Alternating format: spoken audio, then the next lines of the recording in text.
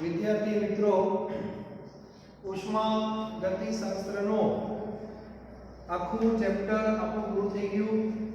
હવે પાર્ટ 1 ના ઘણા બધા લેક્ચર આપણે એમસીક્યુ લેવલે લીધેલા છે. હવે તમને જે પેમ્પલેટ આપેલું છે એમાં પાર્ટ 2 એટલે મગજમાં યાદ રાખવાનું ડેલ્ટા એસ અને ડેલ્ટા જી. બરાબર, આના સંદર્ભમાં બધા જે કઈ સૂત્રો છે એ આપણી પાસે હોવા જોઈએ. અને આજથી આપણે એના સંદર્ભમાં જે કઈ એમસીક્યુ બરાબર આપણી પાસે છે એની આપણે પ્રેક્ટિસ કરશું. દરેકની પાસે પેમ્પલેટ અવેલેબલ છે, તો જે કઈ પાર્ટ 2 ના રિલેટેડ એમસીક્યુ આપણે આગળ સ્કીપ કરેલા છે એની આપણે ચર્ચા કરશું. બરાબર, તો સૌથી પહેલો પ્રશ્ન નંબર 1. પહેલા પ્રશ્નમાં તમને 4 પ્રક્રિયાઓ આપેલી છે, ધ્યાનથી જુઓ. એમાં પ્રશ્ન એ છે ડેલ્ટા એસ મહત્તમ. આવું તમને કીધું છે એવી પ્રક્રિયા બતાવો કે જેમાં ડેલ્ટા એસ મહત્તમ હોય. ડેલ્ટા એસ મહત્તમ નો અર્થ એવો થાય કે જે એન્ટ્રોપી છે એ વધે એટલે સૌથી વધુ વધે.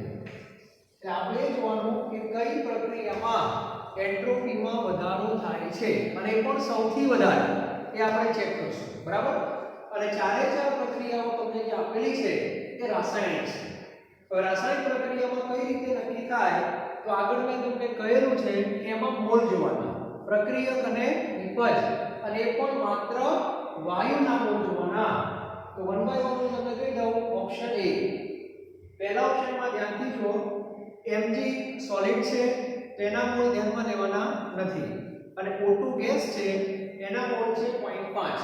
એટલે પ્રક્રિયકના કુલ મોલ જે છે એ 0.5 મોલ છે. આ પ્રક્રિયક નથી, માત્ર વાયુના ધ્યાનમાં લેવાના છે. નિપજ બાજુ MgO સોલિડ છે, એનો અર્થ કે વાયુ છે જ નહીં, અને વાયુ છે જ નહીં એટલે શું લખવાનું? 0 મોલ. એનો અર્થ કે અહીંયા મોલ ઘટે છે, અને મોલ ઘટે તો એન્ટ્રોપી ઘટે, અને એન્ટ્રોપી ઘટે તો ડેલ્ટા એસ ઋણ આવે. ડેલ્ટા એસ શું આવશે? ઋણ આવશે. ત્યારબાદ બીજો ઓપ્શન બી. બીજા ઓપ્શનમાં CaCO3 સોલિડ, પ્રક્રિયકમાં સોલિડ છે એટલે એના મોલ બનાવી નહીં, એટલે એના મોલ શું લેવાના? 0 મોલ. નિપજ બાજુ તમે જુઓ, CaO સોલિડ છે એના મોલ ધ્યાનમાં નહીં લેવાના, CO2 ગેસ એના 1 મોલ છે. એટલે અહીંયા તમે જુઓ 0 માંથી 1 મોલ, 0 માંથી 1 મોલ એટલે એન્ટ્રોપી વધશે, અને એન્ટ્રોપી વધે એટલે ડેલ્ટા એસ ગ્રેટર ધેન 0 આવશે.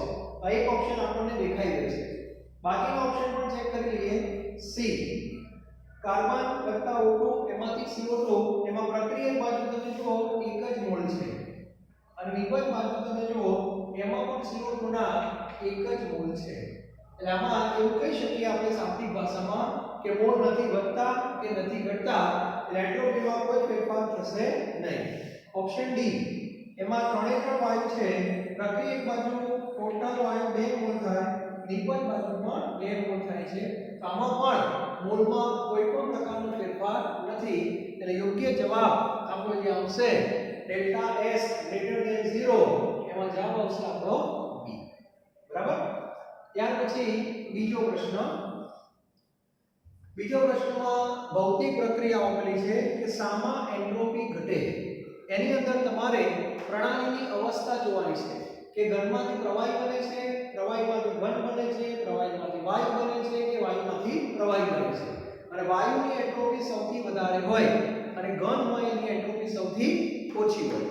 હવે વિચારો, મીઠાના દ્રાવણનું સ્ફટિકીકરણ, એનો અર્થ એવો થાય કે મીઠું પહેલેથી ઓગળેલું છે, એટલે પ્રણાલીની પ્રારંભિક અવસ્થા કઈ કહેવાય? પ્રવાહી કહેવાય. અને એનું સ્ફટિકીકરણ થાય એટલે અંદરથી મીઠું બહાર આવે સોલિડ સ્વરૂપમાં, એને પ્રવાહીમાંથી ઘન કહેવાય.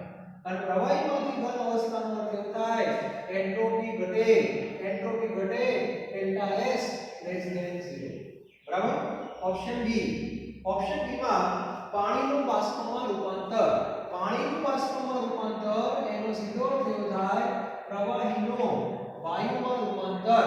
પ્રવાહીનું વાયુમાં રૂપાંતર થાય એટલે એન્ટ્રોપી વધે અને એન્ટ્રોપી વધે તો ડેલ્ટા S ગ્રેટર ધેન 0 થાય.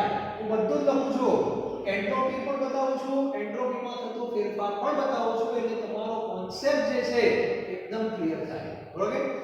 ઓપ્શન સી, ખુલ્લા પાત્રમાં મૂકેલો સૂકો બરફ એટલે કાર્બન ડાયોક્સાઇડ નું ઘન સ્વરૂપ અને એમાંથી ડાયરેક્ટ વાયુ બને અને ઘનમાંથી વાયુ બને, એન્ટ્રોપી વધે, ડેલ્ટા S ગ્રેટર ધેન 0. અને બરફનું પીગળવું એટલે શું? બરફ એટલે ઘન, પીગળે એટલે શું થાય? પ્રવાહી. આમાં પણ એન્ટ્રોપી વધે અને આનો ફેરફાર ગ્રેટર ધેન 0 આવે. ખ્યાલ ગયો? એનો અર્થ એવો થયો શેમાં એન્ટ્રોપી ઘટે એવું કીધું છે, તો આપણો જવાબ આવશે આની અંદર એ આવશે. બરાબર. પ્રશ્ન એન્ટ્રોપી ઘટે એવો પણ પૂછી શકાય, એન્ટ્રોપીમાં થતો ફેરફાર ઋણ એવું પણ પૂછી શકાય. એટલે આપણી બધી તૈયારી હોવી જોઈએ. એન્ટ્રોપીમાં જે જવાબ આવે એ વધે, ઘટે, અચળ આવે. ફેરફારમાં જવાબ આવે ધન, ઋણ અને શૂન્ય આવે. આ વસ્તુ તમને વારંવાર કહીશ, તમારા મગજમાં હોવી જોઈએ, મગજમાં નહીં, લોહીની અંદર હોવી જોઈએ. ઓકે. ચલો ત્યારબાદ પ્રશ્ન નંબર 3. ત્રીજા પ્રશ્નમાં એવું કીધું છે સ્વયંભૂ પ્રક્રિયા માટે ખાલી જગ્યા. તો સ્વયંભૂ પ્રક્રિયા માટે તમને આગળ પણ મેં ટેબલ બતાવેલું છે. બરાબર. સ્વયંભૂ પ્રક્રિયા માટે ફરીથી કહી દઉં, ડેલ્ટા H, ડેલ્ટા S તાપમાન, ડેલ્ટા G અને સ્વભાવ. આ ટેબલ મગજમાં ક્લિયર હોવું જોઈએ. અને સ્વયંભૂ પ્રક્રિયાના 3 વિકલ્પો યાદ રાખો. બંને જો પ્લસ હોય તો ઊંચા તાપમાને ડેલ્ટા G માઈનસ આવે અને આ પ્રક્રિયા આપમેળે થાય. બંને જો માઈનસ હોય તો નીચા તાપમાને ડેલ્ટા G માઈનસ આવે, પ્રક્રિયા આપમેળે થાય. અને માઈનસ પ્લસ હોય તો ગમે તે તાપમાને ડેલ્ટા G માઈનસ આવે અને પ્રક્રિયા આપમેળે થાય. આ ટેબલ જે છે એમાં 6 વિકલ્પો મેં તમને આપેલા, 3 આપમેળે થાય એના, 3 આપમેળે ન થાય. બરાબર. તો આની અંદર પહેલો વિકલ્પ ડેલ્ટા H પોઝિટિવ અને delta S negative, plus minus તો આવે જ નહીં. બીજું delta H negative, delta S positive, delta H negative, delta S positive ગમે તે તાપમાને થાય. તમારો જવાબ મને બી લાગે છે. એટલે આની અંદર જે બી ઓપ્શન છે એ સાચો દેખાય છે, ગમે તે તાપમાને થાય. સી ઓપ્શન જો પોઝિટિવ છે, ડેલ્ટા G પાછો, ડેલ્ટા G તો પોઝિટિવ આવે જ નહીં, અને જેમાં આપણે ત્યાં ડેલ્ટા G તો શું હોય? નેગેટિવ હોય. એટલે સી અને ડી તો તમારે જોવાના જ નથી. ચલો ભૂલી જાઓ. બરાબર. તો આનો એક ફોટો પાડી દો આગળ.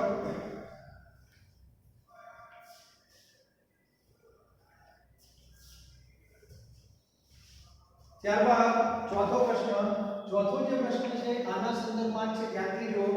આપમેળે થતી પ્રક્રિયા માટે આદર્શ પરિસ્થિતિ કઈ?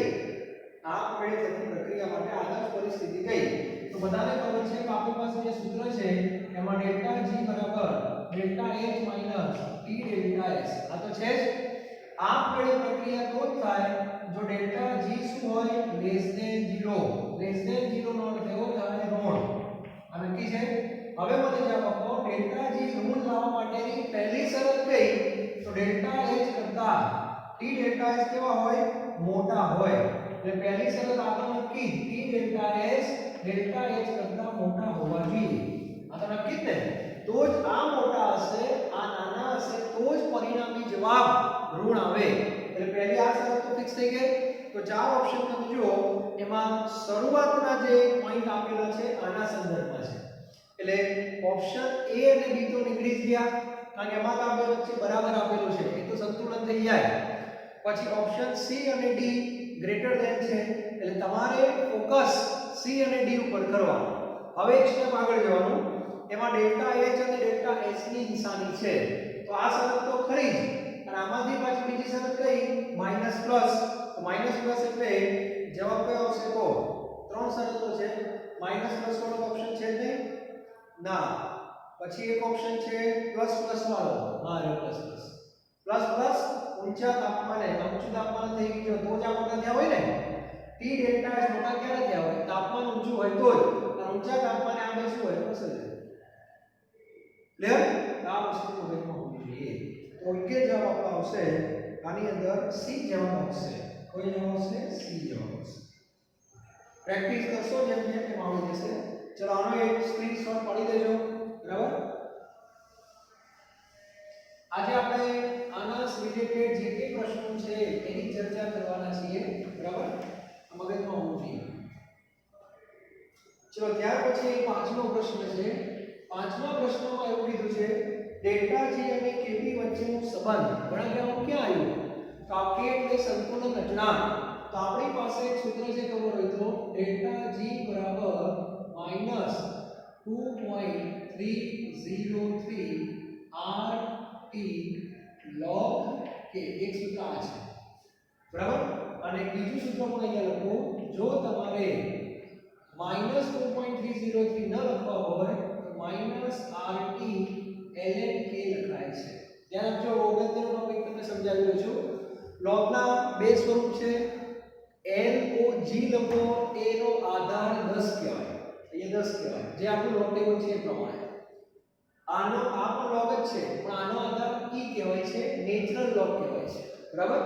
આપણે સૂત્ર ln માં હોય તો આપણે દાખલો ગણી શકતા નથી. એટલે ln ને જો લોગમાં ફેરવવા હોય તો બોલવામાં આવે છે કે ln ને લોગમાં ફેરવવા હોય તો 2.303 વડે ગુણવા પડે. બરાબર? એ તો મેથ્સનો વિષય છે. પણ આપણા મગજમાં લોગના બે સૂત્રો યાદ રાખવાના. એક ln સ્વરૂપ અને લોગ સ્વરૂપ. આ રીતે મગજમાં ક્લિયર હોવું જોઈએ. હવે ધ્યાન આપજો. આ તો બધાને ખબર છે. હવે પરીક્ષામાં કેમિસ્ટ્રીમાં સૂત્રોની સાથે ઘણીવાર ચેંજચાળ કરવામાં આવે છે અને સૂત્રને અલગ રીતે રજૂ કરવામાં આવે છે. એટલે ઘણીવાર વિદ્યાર્થી કન્ફ્યુઝ થાય કે આવું તો ક્યાંય જોયું જ નહોતું. તો એવું તમને સમજાવવા માંગુ છું. ધ્યાન આપજો. સૌથી પહેલો આ સૂત્ર લઉં છું. બરાબર? આ સૂત્રમાં આ ચારે ચાર જે ઓપ્શન આપ્યા છે એમાં k ને સૂત્રનો કરતા બનાવે છે. એટલે k ડાયરેક્ટ કરતા ન બને. પહેલા આપણે ln k ને કરતા બનાવીએ. ચાલો તો ln k બરાબર શું લખાય? -ડેલ્ટા જી અપોન શું લખાય? rt. આમાં કોઈ તકલીફ ના.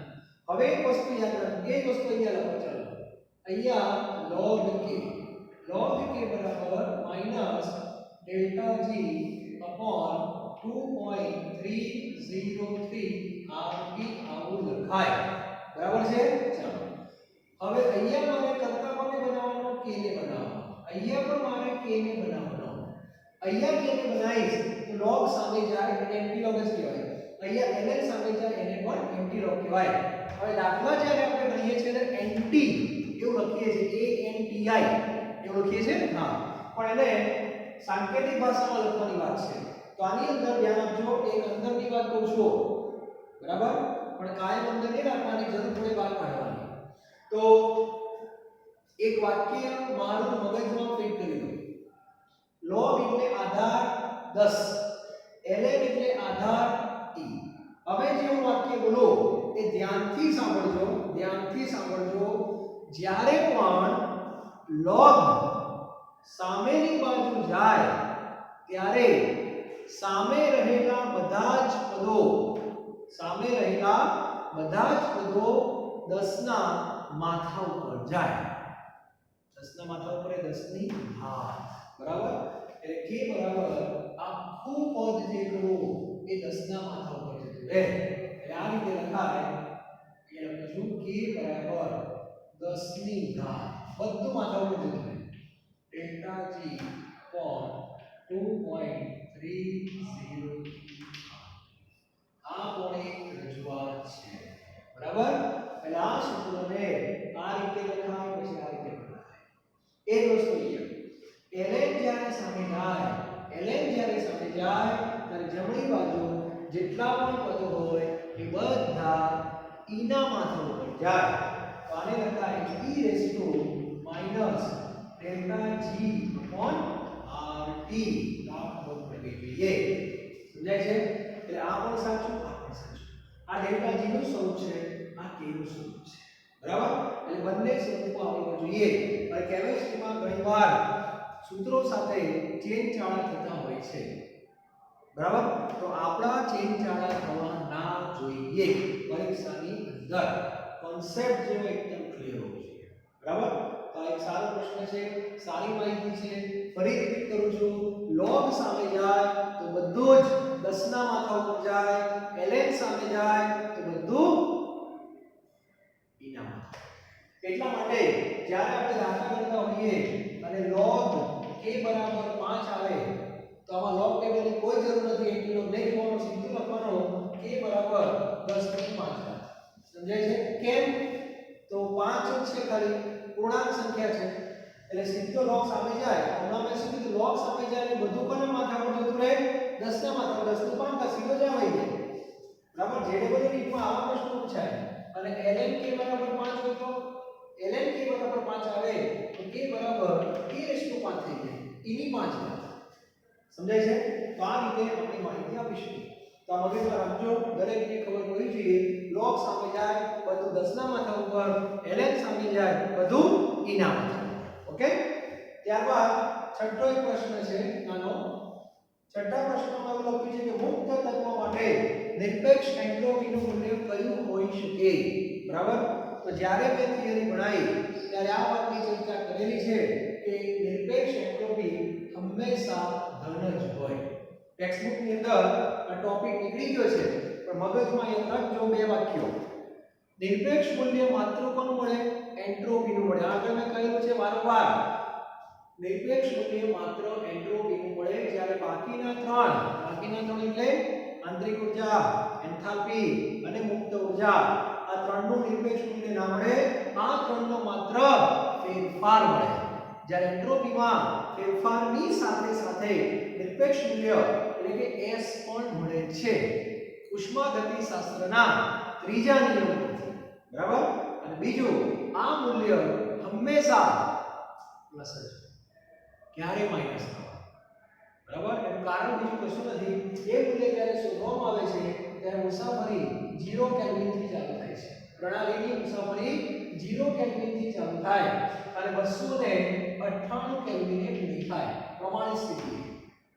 એટલે આ ગાળામાં તાપમાન શું થાય? વધવાનું છે.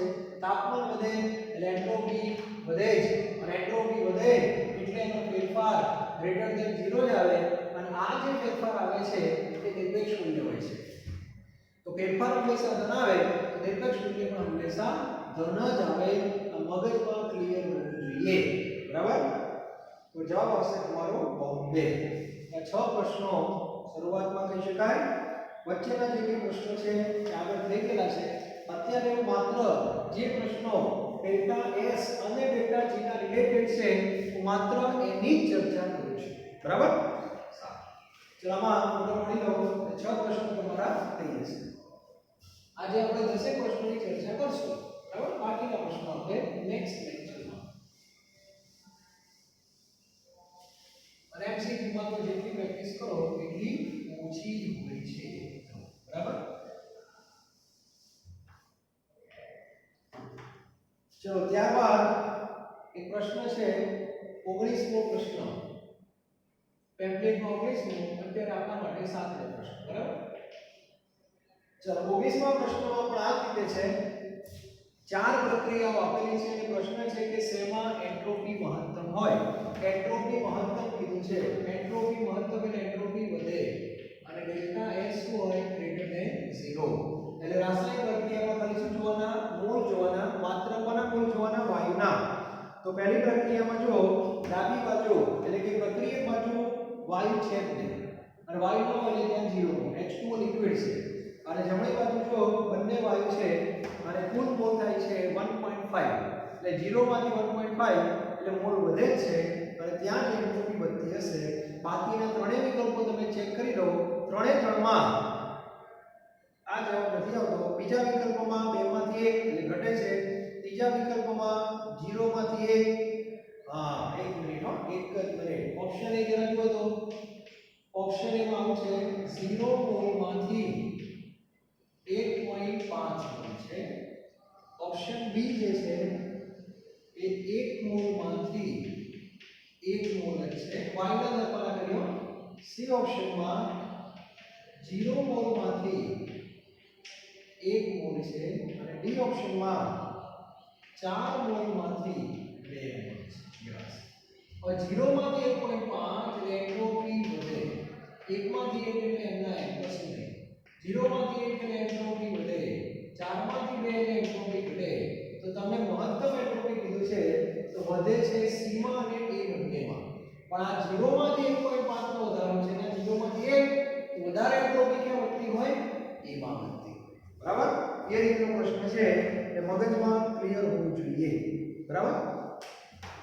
ત્યારબાદ 22મો એક પ્રશ્ન છે. 22મો પ્રશ્ન એપ્લેટમાં 22મો પ્રશ્ન ટોટલ 8મો પ્રશ્ન. ચોક્કસ તાપમાને દ્રાવક અને દ્રાવણ માટે સાચું શું? એક સામાન્ય વિષય છે દ્રાવક. ધારો કે દ્રાવક છે. બરાબર? દ્રાવક એટલે માત્ર એમાં પાણી છે. લિક્વિડ અને ગેસ ઓકે. આ બધા અણુ છે હોય પાણીના છે પોતે અસ્તવ્યસ્ત ગતિ કરે છે. ઓકે.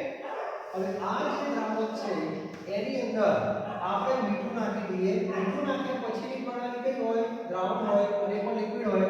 તો આમાં પાણીના અણુ પણ હશે અને સાથે સાથે મીઠાના પણ આવી જશે અને બધું સમૂહ મેળ થશે અને સમૂહ મેળ થાય અવ્યવસ્થા વધે.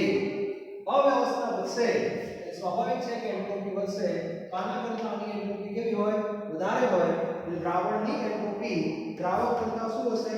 વધારે હશે. એટલે જવાબ આપણો આવશે આમાં સી ઓપ્શન આવશે. કયો ઓપ્શન આવશે? C option. બરાબર? ચલો ત્યારબાદ 25મો પ્રશ્ન. 25મો જે પ્રશ્ન છે એ આપણા માટે નવો પ્રશ્ન. એમાં એક પ્રક્રિયા આપેલી છે. સારો પ્રશ્ન છે. ધ્યાન રાખજો. જેડબલની પોઈન્ટ ઓફ વ્યૂ આ પ્રશ્ન કહી શકાય. જેડબલની પોઈન્ટ ઓફ વ્યૂ કહી શકાય આ પ્રશ્નને. SnO2 માંથી SnO બને છે. હજી રેડોક્સ આપણે ચાલુ નથી એટલે થોડીક તમને હિન્ટ પર આપવી પડશે. કઈ વાંધો નહીં. બરાબર? અને આ પ્રક્રિયાનો ડેલ્ટા G તમને આપે છે પોઝિટિવ. બરાબર? ત્યારબાદ બીજી પ્રક્રિયા છે PbO2. PbO2 એમાંથી PbO સોરી અને આનો જે ડેલ્ટા G આપે છે એ લેસ ધેન 0 આપે છે. તો પ્રશ્નમાં એવું કીધું છે Pb અને Sn ની સ્થાયી ઓક્સિડેશન અવસ્થાઓ જણાવો. આવો પ્રશ્ન છે. હવે ઓક્સિડેશન અવસ્થા શું છે તમને અત્યારે ખ્યાલ નથી કારણ કે આપણે રેડોક્સ ભણ્યા નથી. પણ બીજું કંઈ નથી, સામાન્ય મેથ્સ છે. ઓક્સિડેશન અવસ્થા હું લખું છું તમને ખ્યાલ તો આવી જશે. અત્યારે જે હું કહું એ તમારે ખાલી સ્વીકારી લેવાનું. બરાબર? અત્યારે આ સંયોજનના માથા ઉપર કોઈ પણ પ્રકારનો વીજભાર નથી એટલે 0. બરાબર? પણ એનો અર્થ એવો નહીં કે Sn ના ઉપર કંઈ નથી.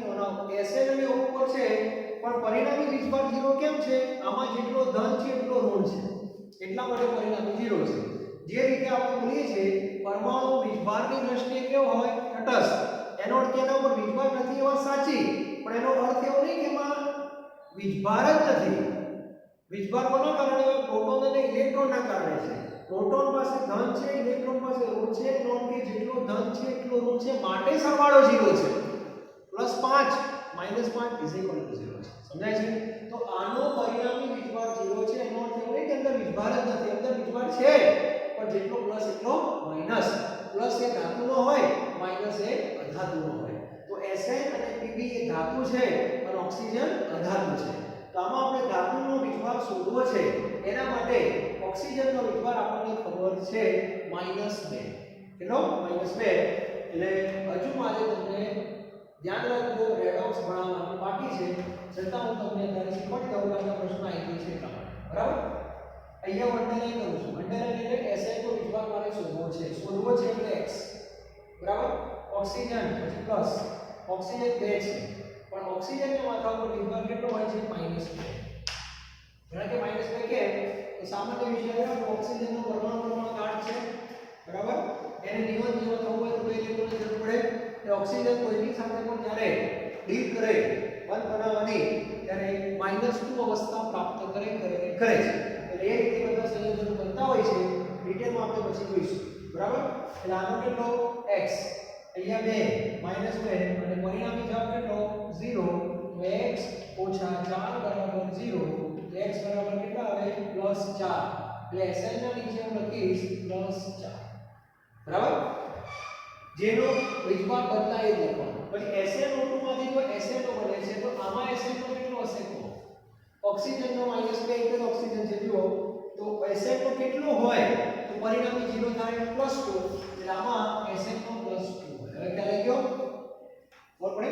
SNO એટલે આમ SNO આનો શોધવાનો નેક્સ્ટ આ એક જ ઓપ્શન છે -2 = 0 છે x = +2 આવું બધું રેડોક્સમાં આવશે ચિંતા ના કરો બરાબર ચલો ઓક્સિડેશન અવસ્થા મેં લખી દીધી ચલો પછી આગળ Pb માં એક વસ્તુ અહીંયા આવશે +4 અને અહીંયા આવશે +3 બરાબર એટલે Sn જે છે Sn 3 કહેવાય એની બે અવસ્થા છે 4 અને 2 અને Pb ની પણ બે અવસ્થા 4 અને 2 તો ઓપ્શનમાં એવું કીધું છે કે Sn ની આ બેમાંથી કઈ અવસ્થા સ્થાયી અને Pb માં આ બેમાંથી કઈ અવસ્થા સ્થાયી એવો પ્રશ્ન પૂછેલો છે તો કઈ રીતે નક્કી થાય તો સૌથી પહેલા બાજુમાં એક કન્ડિશન આપી દીધી છે તમને ડેલ્ટા G > 0 એનો અર્થ કે આ પ્રક્રિયા આપમેળે ન થાય બરાબર અને આ પ્રક્રિયા આપમેળે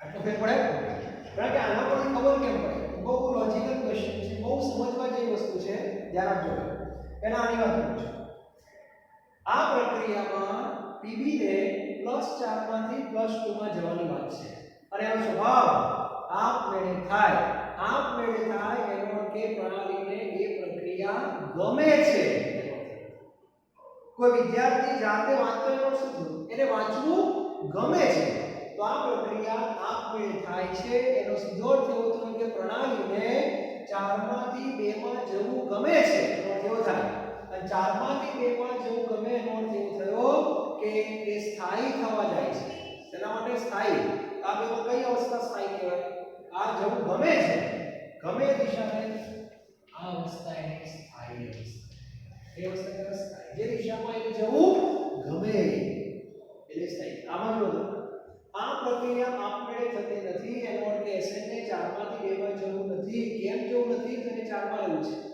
અને 4 માં રહેવું છે એનો અર્થ એ થાય તો આ એની અવસ્થા સ્થાયી છે કોઈ પણ જે સ્થાયી અવસ્થા પ્રાપ્ત કરવા પ્રયત્ન કરે કોઈ ધાતુ સ્થાયી અવસ્થામાં જો આવી ગયો હોય તો પછી આગળ જવા પ્રયત્ન ન કરે હા બાદ ફોર્સ કરી શકો પણ જાતે પ્રયત્ન ન કરે તો આ પ્રક્રિયા થાય છે ખરી પણ જાતે નહીં થતી અને પ્રણાલી તો નથી જ ગમતી એટલે પ્રણાલીની આ અવસ્થામાં જ રહેવું ગમે છે બરાબર એટલે આના ઉપરથી એક લેવલ એ થઈ જાય કે Sn ની +4 સ્થાયી કહેવાય અને Pb ની +2 સ્થાયી કે Pb ને આ નથી ગમતી એને કીધું કે આમાં જવું છે રેડી થઈ ગયું કોઈ મદદ વગર જતું ફટાફટ આને કીધું જવું છે તો માન નહીં જવું આપણે કે ના છે કેમ જાય જવું તો પડે પછી તમે લઈ જાઓ છો જબરદસ્તી કરો છો પ્રક્રિયા આપમેળે ન થવી અને બતાવેલી છે તો સીધો અર્થ એવો થાય કે એ કામ જબરદસ્તીથી થયેલું છે વિદ્યાર્થી બે પ્રકારના હોય એક વિદ્યાર્થી એકલો વાંચે છે અને બીજો વિદ્યાર્થી જ્યારે વાંચે છે ત્યારે એની બાજુમાં પેરેન્ટ્સ ઊભા છે એનો મીનિંગ શું થાય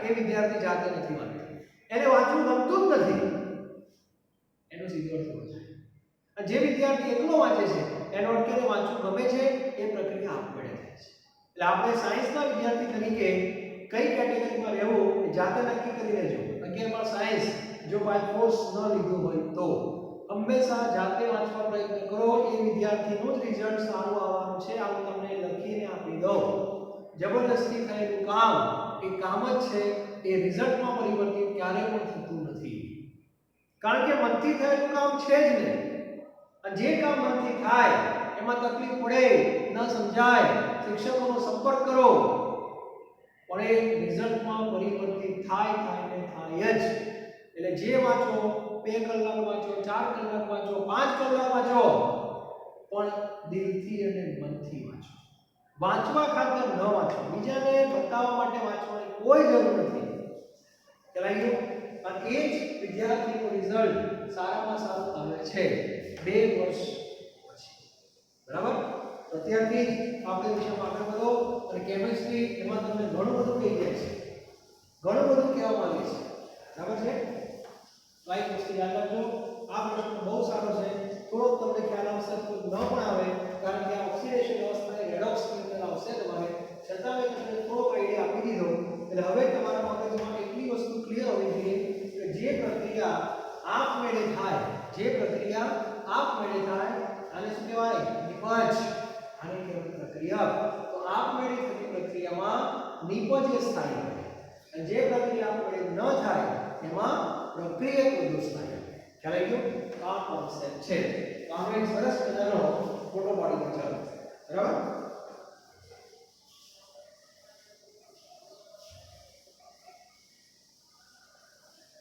ત્યારબાદ આગળ 26મો એક પ્રશ્ન ટોટલ આપણો આવશે 10મો પ્રશ્ન આની ચર્ચા આગળના લેક્ચરમાં કરેલી છે કયા તાપમાને બરફની પ્રણાલી માટે ડેલ્ટા જી નું મૂલ્ય ઋણ આવે હવે બરફ એ પ્રણાલી છે અને બરફનું તાપમાન કેલ્વિનમાં કેટલું થાય 0 સેલ્સિયસ છે 273 કેલ્વિન છે આ બરફ છે હવે બરફમાંથી પાણી બનાવવાની વાત છે તો આગળ મેં ચર્ચા કરી કે બરફમાંથી પાણી તો બને જો પર્યાવરણનું તાપમાન બરફ કરતા વધારે હોય તો એટલે પર્યાવરણનું તાપમાન જો બરફ કરતા વધારે હશે તો જ બરફ ઉષ્મા મેળવશે અને પ્રક્રિયા આપમેળે થશે અને તો ડેલ્ટા જી શું આવશે ઋણ આવશે તમારે ડેલ્ટા જી ઋણ આપેલું જ છે એનો કે પ્રક્રિયા આપમેળે થાય જ છે અને થતી હોય તો બરફ ઉષ્મા મેળવે જ છે કોની પાસેથી પર્યાવરણ પાસેથી તો પર્યાવરણનું ટેમ્પરેચર 273 કરતા વધારે હોવું જોઈએ અને ચાર ઓપ્શનમાંથી એક જ ઓપ્શન 273 થી વધારે હશે અને એ છે 280 કેલ્વિન એ તમારો જવાબ આવે ટૂંકમાં ચારમાંથી જોજો એક ઓપ્શન અલગ પડતો હોય અને એક જવાબ હોય બરાબર જેમ કે 250 273 કરતા નીચું 260 273 કરતા નીચું 270 એ પણ નીચું ઊંચું તાપમાન 280 છે એ જ તાપમાન અલગ પડે છે એ તમારો જવાબ હોય અંદરની વાત આવો બીજો પ્રશ્ન છે પાણીની વરાળ તો વરાળનું તાપમાન કેટલું હોય ચલો આ છેલ્લો પ્રશ્ન લઈ લઉં છું વરાળનું તાપમાન કેટલું હોય 373 કેલ્વિન અને વરાળમાંથી પાણી બનાવવાની વાત છે વરાળમાંથી વરાળ નથી બનાવવાની વરાળ એ છેલ્લું સ્ટેજ કહેવાય ઘન પ્રવાહી વાયુ એટલે વરાળને પાછું પાણીમાં લાવવાનું છે અને એ પ્રક્રિયા જો આપણે કરવાની હોય તો વરાળની ઉષ્મા શું કરવી પડે ગુમાવવી પડે અને વરાળ ઉષ્મા કરીને ગુમાવે તો વરાળ કરતા પર્યાવરણનું તાપમાન નીચું હોય બરાબર એટલે 373 કરતા નીચું તાપમાન હોય તો ડેલ્ટા જી ઋણ આવે તો એક જ ઓપ્શન અલગ પડશે 373 કરતા નીચું તાપમાન 350 કેલ્વિન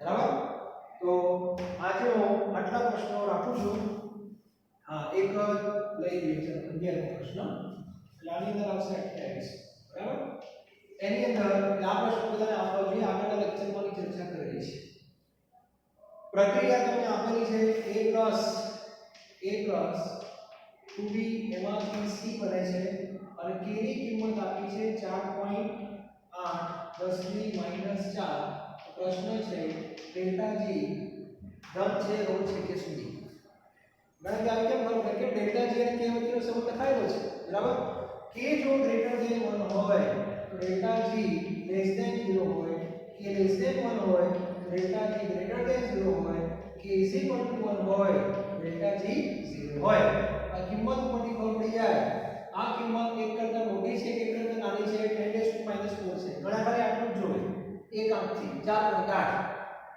આપણું જોવાનું છે બરાબર આ કિંમત 1 કરતા નાની કહેવાય અને 1 કરતા નાની કિંમત હોય ડેલ્ટા જી ગ્રેટર ધેન 0 આવે ગ્રેટર ધેન 0 એટલે ધન આવે એટલે એ પ્રશ્નમાં જવાબ ધન આવશે બરાબર તો આજના લેક્ચરમાં હું આટલા એમસીક્યુ રાખું છું નેક્સ્ટ લેક્ચરમાં બાકીની એમસીક્યુ ની પણ આપણે ચર્ચા કરશું બરાબર દરેક વિદ્યાર્થીએ એક મગજમાં હોવું જોઈએ આ ટાઈપના ટૂંકમાં એમસીક્યુ હોય છે અને દરેક એમસીક્યુ માં કયા ટોપિક ને પકડવો એ પણ એક હોવું જોઈએ બરાબર એટલે આપણો પ્રયત્ન એ છે કે મોટાભાગની વાતો આપણે લેક્ચરમાં કરેલી જ હોય થિયરીમાં આપણું ચેપ્ટર તમને સમજાય કે બધું જ કહી દીધું હોય પણ એમસીક્યુ કરાવવાથી એની એપ્લિકેશન કે વસ્તુને કઈ રીતે ઉપયોગમાં લેવી જે થિયરી આપણે ભણ્યા તે એ તમને ખ્યાલ આવે અને આવું કંઈક વચ્ચે કંઈક નવું આવે તે પણ આપણે તમને આપી શકીએ બરાબર એટલા માટે એમસીક્યુ ની પ્રેક્ટિસ